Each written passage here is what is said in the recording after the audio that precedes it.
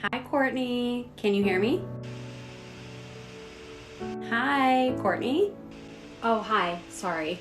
That's all right. No need to apologize. How are you doing today? I'm glad that you made it into session. I'm fine. Out of it, like usual. I understand. Would you like me to help bring you back into the moment?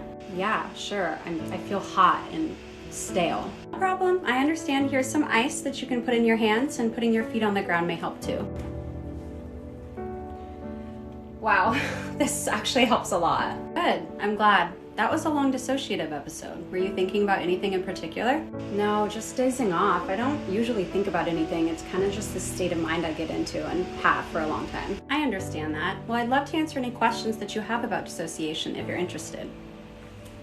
Can you tell me if these are signs of dissociation or not? Of course, I'm so glad you're asking. Okay, so first, sometimes I feel like I don't have a memory, like I can do things, but then I won't remember who was there or what I was doing. That could be related to dissociation, yes. What about feeling like I'm watching a movie of myself? Could be, yeah. Is not having any idea who I am a part of it? Possibly.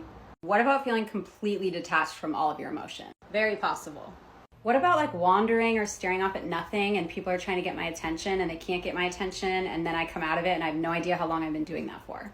Yes. What about having like an out-of-body experience where I feel like I'm like looking at my own body and it freaks me out? Without taking drugs? Probably yes. Okay, so why does this happen to me? I feel like it's been happening for so long.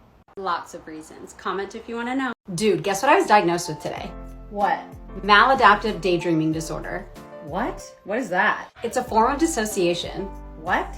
Dissociation. It's like when I detach from reality. Never mind. Okay, so what is maladaptive daydreaming? But you know that I've been through a lot of trauma and isolation in my life, and so I guess I developed this pattern where I exit reality and go into this fantasy-like world because it's a lot easier for me to handle. Isn't that just like daydreaming when you don't want to do something? No, it's not like normal daydreaming. It's kind of like an addiction. I feel like I want to do it all the time. I can totally control it. It feels really real, even though I know that it's not. And it's affecting all of my relationships at work, school, and at home. That sounds intense. Are you okay? I didn't know that you were going through that. Is it because of everything that happened with your family?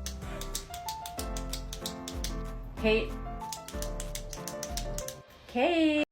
Therapist story time. Trigger warning, we're talking about drugs and dissociation. So this one time I was in high school. I was at a house party. People were doing drugs. Someone gave me this white powder. It's like, oh shit, it's cocaine, cool. So I did a bunch of it in the bathroom. Turns out it wasn't cocaine. It was ketamine. I started tripping out and I got fucking sick. I started seeing myself floating away on a paper plate. I was full on dissociating. So that was like 12 years ago. Now let's talk about September of this year. September of this year, researchers at Stanford did 2 studies. One, they looked at this woman that had dissociative episodes right before she had seizures. And in the other study, they gave a shit ton of ketamine to rats to see what happened in their brains, and then they compared the two. The same area of the brain was activated in the woman when she said she was dissociating as when the rats were given ketamine. It's called the posterior-medial cortex. And so the researchers were like, shit, this is the same. And so if you dissociate and it disturbs you, they may have found a solution. So you're saying everyone dissociates? Yeah, more or less, to a degree. What? Can you explain that more? I've never heard that. Of course, 2 of the most common forms of dissociation are daydreaming and having imaginary friends as children.